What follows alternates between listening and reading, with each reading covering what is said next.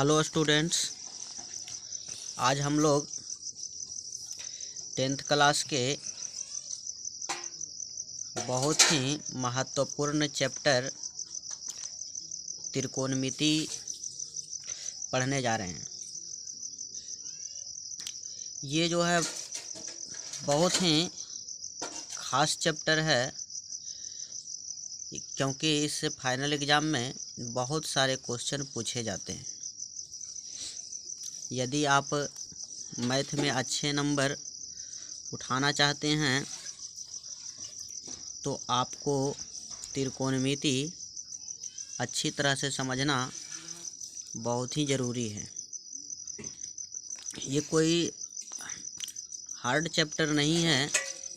अधिकांश विद्यार्थी जो है इससे डर जाते हैं, लेकिन ये जो है बहुत ही हल्का चैप्टर है। हम इस तरह से आपको समझाएंगे कि आप जो है बहुत जल्द ही त्रिकोणमिति को अच्छी तरह से सीख जाइएगा। आपको कहीं कोई दिक्कत नहीं होगा। इसके लिए जो है सबसे पहले हमें समझना है कि त्रिकोणमिति है क्या। त्रिकोणमिति जो है, जिसको हम लोग कहते हैं ट्रिगोनोमेट्री, ये 3 वर्ड से मिलके बना हुआ है। ट्रिगोनोमेट्री। ट्री का अर्थ होता है, ट्री के अर्थ होता है 3, गोनो का अर्थ होता है कोण, और मेट्री का अर्थ होता है मापना। अर्थात त्रिकोणमिति में हम लोग 3 कोनों को मापेंगे। 3 कोनों को मापेंगे। अब जरा सोचिए कि 3 कोण मापने के लिए कह रहा है, तो 3 कोण होता किस में है? तो आपका जवाब होगा कि 3 कोण तो त्रिभुज में होता है। अब हमें कौन सा त्रिभुज को मापना है भाई? तो जो है त्रिकोणमिति का जो रिलेशन है वो समकोण त्रिभुज से होता है। जैसे कि हम यहाँ पे एक समकोण त्रिभुज बनाते हैं, ABC राइट एंगल ट्रायंगल है, जिसका B कोण 90 डिग्री का है। तो त्रिकोणमिति में जो है आपको समकोण त्रिभुज के बारे में ही समझना है। आप जानते होंगे शायद कि समकोण त्रिभुज में जो सबसे बड़ी भुजा होती है उसको हम लोग कहते हैं कर्ण। और ये जो त्रिभुज है, ट्रायंगल जिस पे टिका हुआ है, जिस पे ये बैठी हुई है, उसको हम लोग कहते हैं बेस, आधार।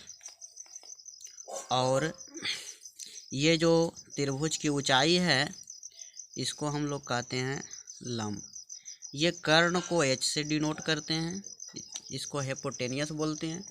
आधार को B से डिनोट करते हैं, जिसको बेस बोलते हैं। और लंब को प्रीपेंडिकुलर कहते हैं, P से डिनोट करते हैं। आप अच्छी तरह से समझ गए होंगे कि समकोण त्रिभुज में जो सबसे बड़ी भुजा होती है उसको कर्ण कहते हैं, और जिस पे त्रिभुज बैठी हुई है उसको आधार कहते हैं। और ये जो त्रिभुज की ऊंचाई है ये आपका लंब है। ये भी मालूम है कि 90 के सामने वाला भुजा हमेशा कर्ण होता है, और कर्ण के सामने का कोण ही जो है हमेशा 90 डिग्री का होता है। त्रिभुज किसी भी ढंग से बना हो, जैसे हम एक त्रिभुज इस ढंग से हम बना रहे हैं, ये देखिए, इस त्रिभुज का नाम है PQR। इसमें ये P एंगल जो है 90 का है। तो अभी हम इस फिगर में बताएं कि 90 के सामने कर्ण होती है, तो हम कहेंगे कि इसमें जो कर्ण है वो हमारा QR भुजा कर्ण है, क्योंकि 90 के सामने यही है। इस तरह से आप पहचान सकते हैं कि कर्ण जो है समकोण त्रिभुज में सबसे बड़ी भुजा होती है, और कर्ण कभी भी बदलता नहीं है। हाँ, लेकिन इसका जो बेस है और ये प्रीपेंडिकुलर है वो जो है कभी कभी बदल जाता है। जैसे आप त्रिभुज को झुका करके इस ढंग से इसको रखिएगा, मान लीजिए कि इसको आप इस ढंग से रख रहे हैं, तो ये जो देख रहे हैं कि ये जो BC है वो जो है यहाँ पे जो BC है वो आधार हो गया, ये BC आधार हो गया, और ये जो AB उसमें आधार था वो अब यहाँ पे लंब हो गया। लेकिन देखिए 90 का कोण तो इसमें भी B है और इसमें भी B है, तो इसके सामने हम कह सकते हैं कि AC इसमें भी कर्ण है और AC इस ट्रायंगल में भी कर्ण था। तो कर्ण नहीं बदला, लेकिन आधार देखिए बदल गया है। इसमें हमारा जो बेस था वो AB है और इसमें बेस मेरा BC हो गया। इसमें जो है परपेंडिकुलर BC था और इसमें मेरा हो गया AB। तो समकोण त्रिभुज में ये लंब और आधार जो है बदलता है, लेकिन कर्ण कभी नहीं बदलता है। इसको जो है आपको अच्छी तरह से समझना है। अब आगे देखिए कि जैसे ये समकोण त्रिभुज है, इसको तो हम लोग कर्ण कहते हैं, कर्ण ये हो गया। या इसी चैप्टर में देखिए इस फिगर में ये समकोण त्रिभुज है ABC। इसमें ये कोण B 90 का है, ये हमारा कर्ण है, ये आधार है और ये हमारा लंब है। इसमें जो है लंब का जो है संबंध कर्ण के साथ है और कर्ण का संबंध भी जो है लंब के साथ है। जब लंब का संबंध कर्ण से रहता है तो उसको हम लोग कहते हैं साइन, साइन बोलते हैं। और त्रिकोणमिति में जो एंगल होता है उस एंगल को हम लोग थीटा से डिनोट करते हैं, ये थीटा है। तो देखो जब लंब का संबंध जब कर्ण से है तो इसको हम लोग कहते हैं साइन थीटा, और जब कर्ण का संबंध लंब से हो तो इसको हम लोग कहते हैं कौसेक थीटा। जैसे आप कह सकते हैं कि ये एक आदमी है और यहाँ पे भी एक बच्चा है। ये इसको यदि कहता है कि ये मेरा बेटा है, तो ये बच्चा भी जो है अब इसको कहेगा कि ये मेरा जो है पिता है। इसका जो है इस व्यक्ति को इसके साथ जो रिलेशन है बेटा का है, तो इसका जो इस व्यक्ति के साथ रिलेशन है वो पिता का है। उसी प्रकार से ये परपेंडिकुलर जो लंब है, लंब जब संबंध कर्ण के साथ दिखाता है तो उसको हम लोग साइन थीटा बोलते हैं, और जब कर्ण जो है लंब के साथ दिखाएगा तो कौसेक थीटा। तो देखिए साइन थीटा जो हो गया, साइन थीटा में देखते हैं कि लंब जो है कर्ण के साथ संबंध दिखाता है, तो हम लोग कह सकते हैं कि साइन थीटा लंब बाई कर्ण, जिसको हम लोग कहते हैं लंब को P से डिनोट करते हैं और कर्ण को H से, तो हो गया P/H। ये हमारा आधार है और ये हमारा कर्ण है। उसी प्रकार से ये साइन का अपोजिट जो कर्ण है, कर्ण जब संबंध जो है साइन के दिखाया था तो कौसेक थीटा हुआ था। और कौसेक थीटा में हम लोग देखते हैं कि कर्ण जो है, ये कर्ण जो है लंब के साथ संबंध बता रहा है, तो अर्थात हम कहेंगे कि कौसेक थीटा इक्वल टू कर्ण बाई लंब। तो कर्ण को H से, तो H/P, जस्ट उसका अपोजिट है। साइन का ये अपोजिट कौसेक थीटा और इसका जो है अपोजिट साइन थीटा। उसी प्रकार से ये आधार का भी जो है संबंध इस कर्ण के साथ है और इस कर्ण का भी जो संबंध है आधार के साथ है। तो जब आधार का संबंध कर्ण के साथ रहता है तो उसको हम लोग बोलते हैं कॉस थीटा, और जब कर्ण आधार के साथ संबंध दिखाता है तो इसको हम लोग कहते हैं sec theta.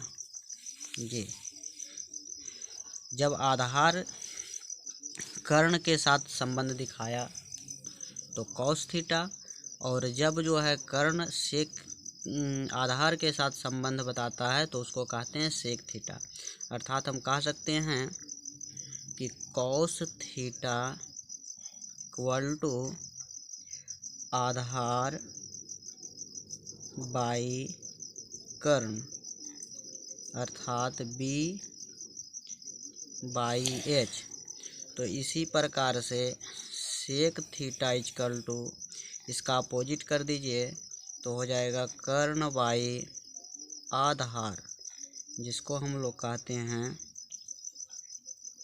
h by b। अब देखिए हमारा जो है, हम यहाँ पे लंब और कर्ण के साथ संबंध दिखा दिए हैं। आधार को कर्ण के साथ एक संबंध मेरा यहाँ पे छूट रहा है लंब और आधार के साथ, इसको भी दिखाते हैं। ये इसके साथ अपना संबंध दिखाया। जब लंब दिखाता है आधार के साथ संबंध तो इसको हम लोग कहते हैं टैन थीटा, और जब ये आधार दिखाया लंब के साथ तो इसको हम लोग कहते हैं कॉट थीटा।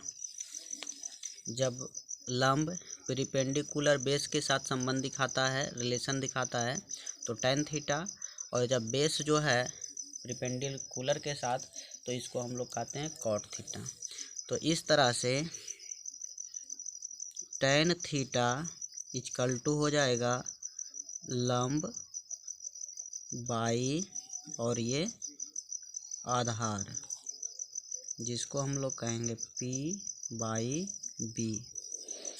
अब जो है इसका अपोजिट कॉट थीटा दिखाएगा तो हो जाएगा आधार बाई लंब, जिसको हम लोग कहेंगे b बाई p।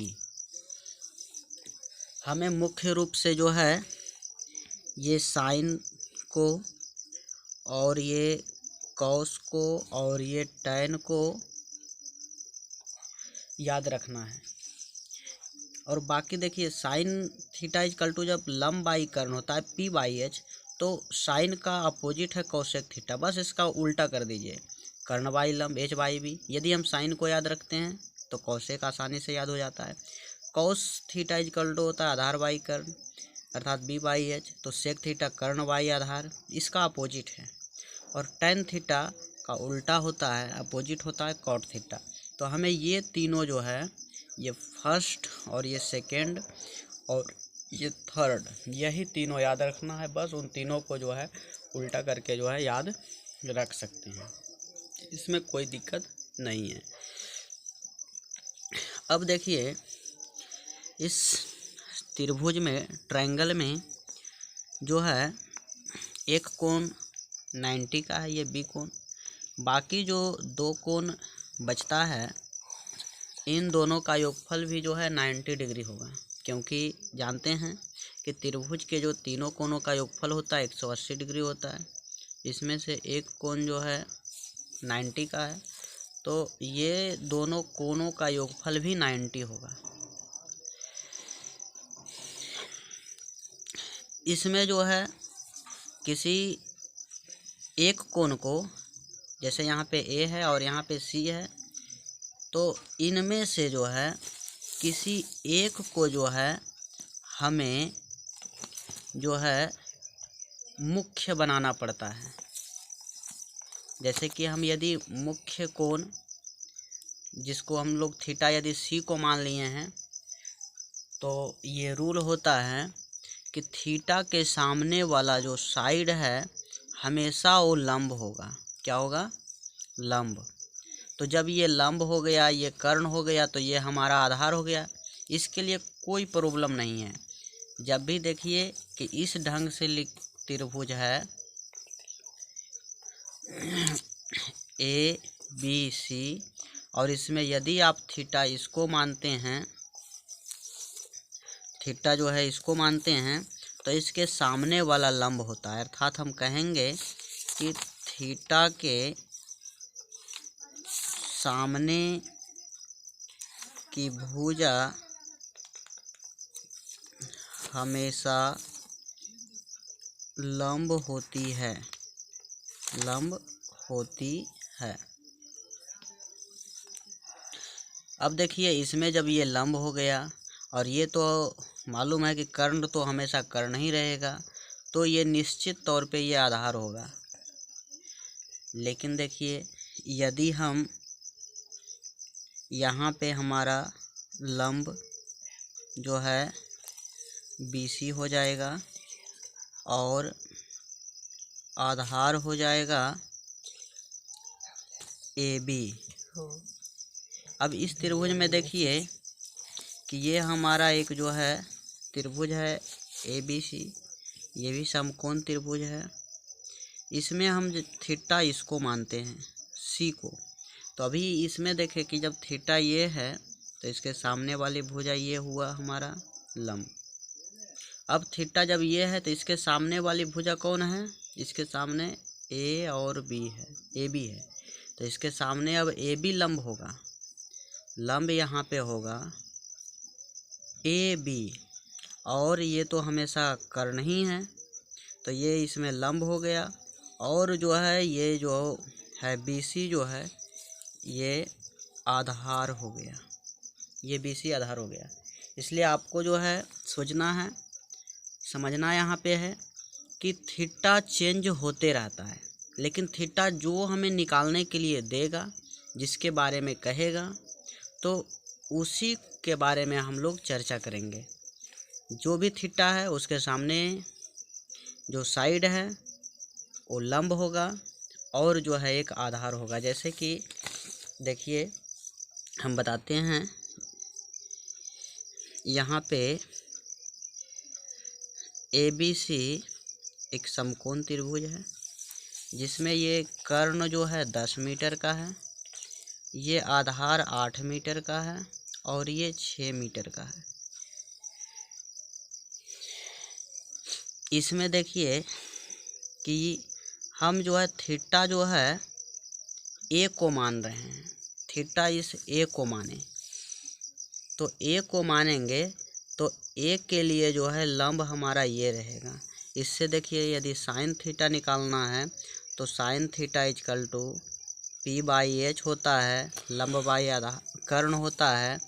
तो लंब जो है इस एंगल के लिए जो है लंब ये BC हो गया, BC, और कर्ण जो है AC है। अर्थात हम कह सकते हैं कि जो है 6/10। उसी प्रकार से कॉस थीटा ये हो जाएगा आधार बाई कर्ण।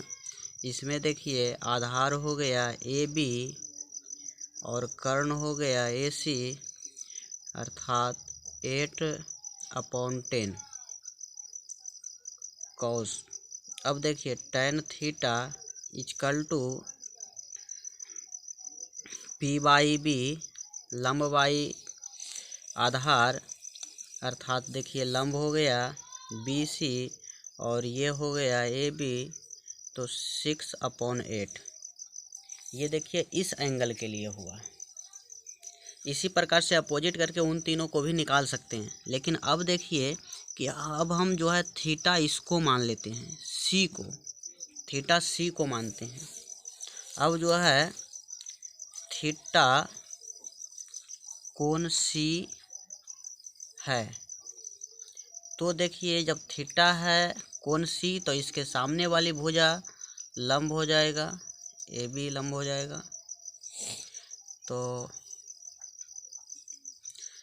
देखिए यहाँ पे साइन, लेकिन यहाँ पे जो है हमने कोण C को माने हैं, तो साइन जो है C का वैल्यू मतलब थीटा यहाँ पे C है, तो sine theta equal to P/H।